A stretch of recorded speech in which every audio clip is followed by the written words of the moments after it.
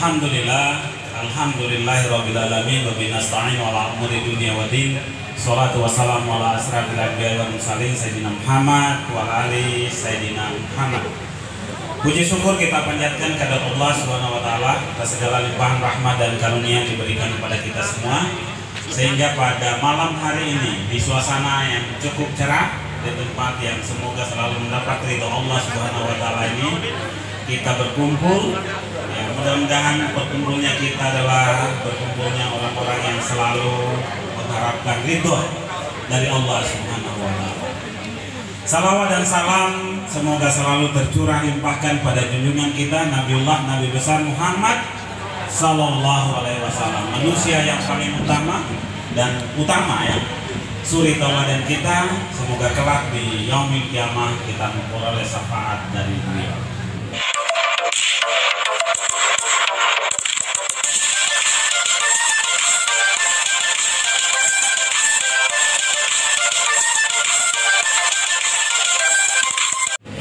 Yang saya hormati para tokoh, ketua kita, Dewan Pembina, Dewan Penasihat, Aliansi Nasional Indonesia Sejahtera Provinsi Sulawesi Tengah, ada yang hadir Ibu Mayasari Halim,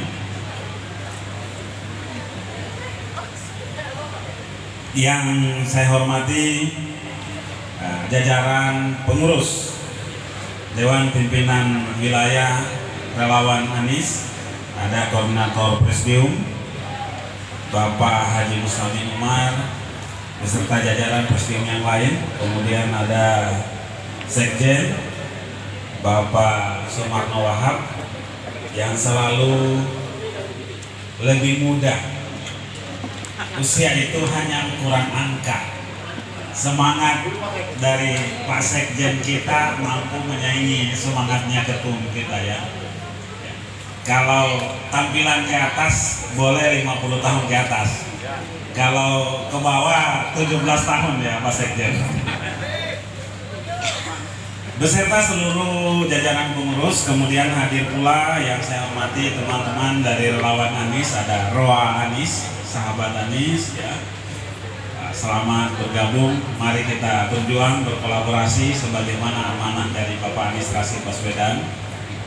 Kemudian ada Mak Anies, manis ya, Mak Anies, manis itu yang deklarasikan di Bogor. Saya ikut orasi juga karena namanya pun lahir dari rahim Anies ya. Jadi antara Mak dan Anies, saya berharap untuk selalu berkolaborasi ya, kerja bareng bahu membahu ya. Kemudian kita juga ada yang rahim kita sama, itu ada Smile, sahabat milenial Anies, khusus adik-adik yang usia 15 tahun sampai 34 tahun. Jadi ada relawan mereka tersendiri, namanya Smile, sahabat milenial. Yang punya anak, yang punya ponakan, punya sepupu, mohon diarahkan bersama-sama kita berjuang di komunitas ini. Kemudian juga ada Humanis, Habaib Ulama bersama Anies. Ini juga lahir dari teman-teman kita. Jadi hampir seluruh relawan Anies. Ya, kemudian juga ada Jarnas, ya. Jarnas ada di sini. Itu kebanyakan senior saya. Ya. Dulu saat awal pembentukan saya Wasekjen 1. Ya, kemudian dalam perkembangannya saya dan beberapa teman-teman mendeklarasikan Anies, ya, Aliansi Nasional Indonesia Sejahtera. Mengapa namanya Anies? Ya, secara filosofi orang yang tergabung mendeklarasikan Anies itu berlatar belakang dari 9 organisasi nasional yang berbeda. Makanya presidiumnya itu ada 9. Ya, asalnya dari organisasi-organisasi yang berbeda. Maka kami bergabung membentuk sebuah komunitas yang kami namakan aliansi, gabungan. Ya. Kemudian ya, aliansi kami apa? Aliansi di level nasional, tidak hanya ngurus satu daerah, dari nasional sampai ke pusat. Untuk apa? Menuju Indonesia sejahtera. Kalau disingkat, pas kebetulan namanya sama dengan singkatan tadi yang kita dukung, yaitu Bapak Anies Rashid Baswedan. Makanya Anies tetap singkatannya ada huruf E-nya, Anies. Ya, hati-hati menulis nama Pak Anies. Pun singkatan dari Aliansi Nasional Indonesia Sejahtera selalu ada Anies. Karena dia gabungan, karena dia aliansi, maka kepemimpinannya bukan kepemimpinan tunggal ketua umum.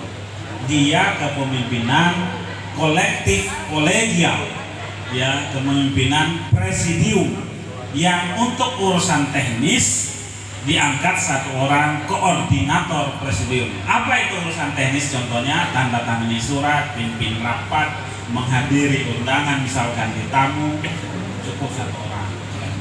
Itulah mengapa kita namanya Anies dan kepemimpinannya kepemimpinan presidium. Aliansi Nasional Indonesia Sejahtera mendukung Pak Anies dideklarasikan pada tanggal 20 Oktober 2021. Tepat 4 tahun Mas Anies Rashid Baswedan memimpin Jakarta. Di latar belakangi saya dan teman-teman ini adalah relawan Anies Sandi dulu saat Pilkada DKI. Ya. Saya punya komunitas merawat 21 relawan saya. Sampai hari ini Bu Ira kemudian tahu bahwa saya masih menjaga, memelihara pertemanan itu, komunitas itu. Ya. Ke-21 organisasi ini teman-teman di dalam relawan Anies Sandi saat pilkada itu, setiap tahun kami adakan diskusi refleksi kepemimpinan Pak Anies 1 tahun, 2 tahun, 3 tahun, sampai 4 tahun. Di refleksi 4 tahun ada simpulan dari teman-teman, ya, sampai kemudian saya juga menyuruh teman-teman saya, kebetulan saya ketua diaspora pemuda Indonesia Timur di Jakarta. Anggotanya ada mahasiswa S2, S3. Ya. Salah satu anggota saya itu melakukan penelitian disertasi hukum S3 di UI. Dia meneliti bisa nggak janji kampanye suatu calon gubernur atau wali kota kemudian dipidanakan sebagai pembohongan publik. Studinya studi kasus terhadap Anies Rashid Baswedan. Belum jadi bab satunya, dia baru ngumpulin bahan-bahan, datang melapor, "Bang, keterlaluan Anies." Saya tanya, "Kenapa keterlaluan?" "Saya nggak bisa lanjutkan disertasi saya." "Kenapa?" "Ternyata 23 janji kampanyenya semuanya direalisasikan." Karena itu saya sampaikan, tak usah presentasi langsung, saya sudah tahu isinya. 23 janji kampanyenya diturunkan menjadi 110 tupoksi program kerja, itu semua direalisasikan. Bahwa ada yang presentasinya kecil, itu iya. Contohnya apa? Rumah susun DP 0 rupiah. Tapi ada penyebabnya. Bapak dan Ibu tahu, tahun 2019 akhir, 2020, 2021 ada yang namanya refocusing anggaran akibat COVID seluruh Indonesia. Bahkan ada daerah kabupaten kota untuk gaji pegawai negerinya saja sudah pinjam uang dari pusat. Akibat refocusing anggaran. Anggaran hanya boleh dikeluarkan untuk apa? COVID dan hal-hal terkait dengan COVID. Itulah yang menyebabkan beberapa program kerja dari Pak Anies presentasinya menurun. Tetapi semuanya direalisasikan. Singkat cerita, dari refleksi kepemimpinan Bapak Anies Rashid Baswedan yang 4 tahun memimpin Jakarta, kami punya simpulan beliau berhasil. Itu kegiatan kita laksanakan 17 Oktober, tepat 4 tahun beliau. Itulah yang mendorong kita pada hari Rabunya tanggal 20 Oktober kita deklarasikan Bapak Anies Rashid Baswedan untuk maju sebagai calon Presiden Republik Indonesia. Mengapa kita harus deklarasikan? Bapak dan Ibu, ini yang depan ini, yang sudah bapak-bapak dan ibu, sudah punya yang punya mantu, yang sudah punya mantu angkat tangan. Terima kasih. Ketika memilih mantu saja yang hanya mengurus anak bapak dan ibu, plus nanti mungkin cucu 2 atau 3 orang, betapa selektifnya bapak. Tes PNS, masuk PNS itu ada tesnya, masuk ABRI ada tesnya. Jadi presiden tidak ada tes. Ada nggak tes mau jadi presiden? Ada nggak Bapak Ibu? Tidak ada. Bandingkan dan bayangkan, mencari calon mantu saja sudah sebegitu selektif, apalagi mencari pemimpin bangsa yang akan memimpin hampir 300 jutaan warga. Juga tidak ada seleksi. Anies Rashid Baswedan kita deklarasikan jauh hari, tepatnya 3 tahun menjelang pelantikan presiden di tahun 2024 nanti. Maksudnya adalah untuk memberikan ruang dan waktu yang cukup kepada seluruh masyarakat Indonesia untuk menelisik, untuk menelusuri, untuk menelaah tentang rekam jejak seseorang. Siapa Anies Rashid Baswedan? Siapa orang tuanya? Bagaimana dulu dia di keluarga? Bagaimana Anies sebagai seorang anak? Hari ini Anies sebagai orang tua. Ya. Bagaimana Anies Rashid Baswedan sebelum jadi menteri? Bagaimana dia sekolah dari TK, SD, SMP, SMA, perguruan tinggi? Apakah dia tukang nyontek atau enggak? Apakah dia pernah memimpin di selama pendidikan? Di kuliah? Bagaimana setelah dia jadi menteri? Bagaimana kinerjanya? Bagaimana kinerjanya setelah dia gubernur? Ini semua silakan Bapak dan Ibu telisik peroleh. Anies Rashid Baswedan, kesimpulan teman-teman saya yang saya tugasi untuk menelisik beliau, untuk memeriksa seluruh media sosial pemimpin yang hari ini muncul namanya, kesimpulannya Pak Anies itu 80% yang diposting adalah tugas dia sebagai gubernur DKI Jakarta. Tidak ada yang diposting Pak Anies itu urusan dia dan keluarganya atau jalan-jalan atau pencitraan-pencitraan. Tidak akan menemukan Bapak dan Ibu Pak Anies jalan-jalan kemudian singgah di warteg, berfoto, ya, di warteg, lalu kemudian disampaikan inilah pemimpin yang sederhana. Hati-hati Bapak dan Ibu.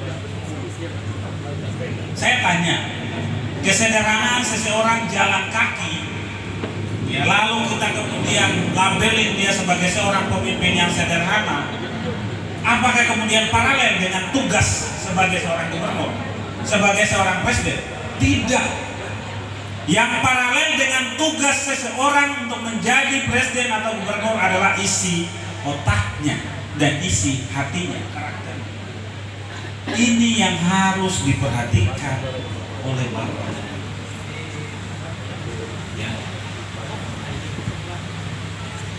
Mengapa saya ingin sampaikan kita harus meneliti?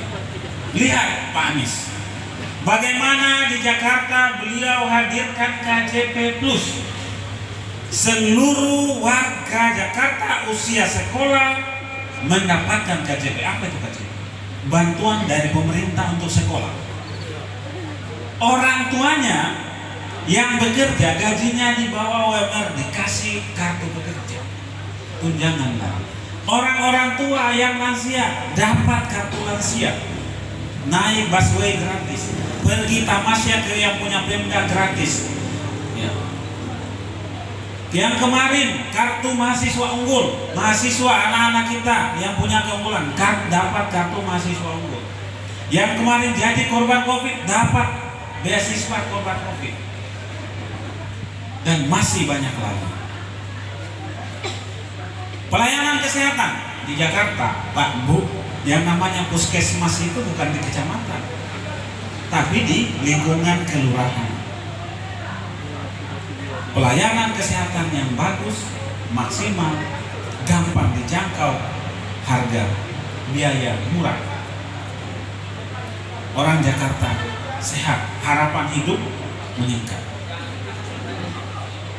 Kemudian kita lihat misalkan pada bagaimana beliau hadirkan kebijakan tentang kesetaraan harga, keadilan, keseimbangan antara dataran Jakarta dengan pulau-pulau Kepulauan Seribu, 11 pulau yang berpenduduk.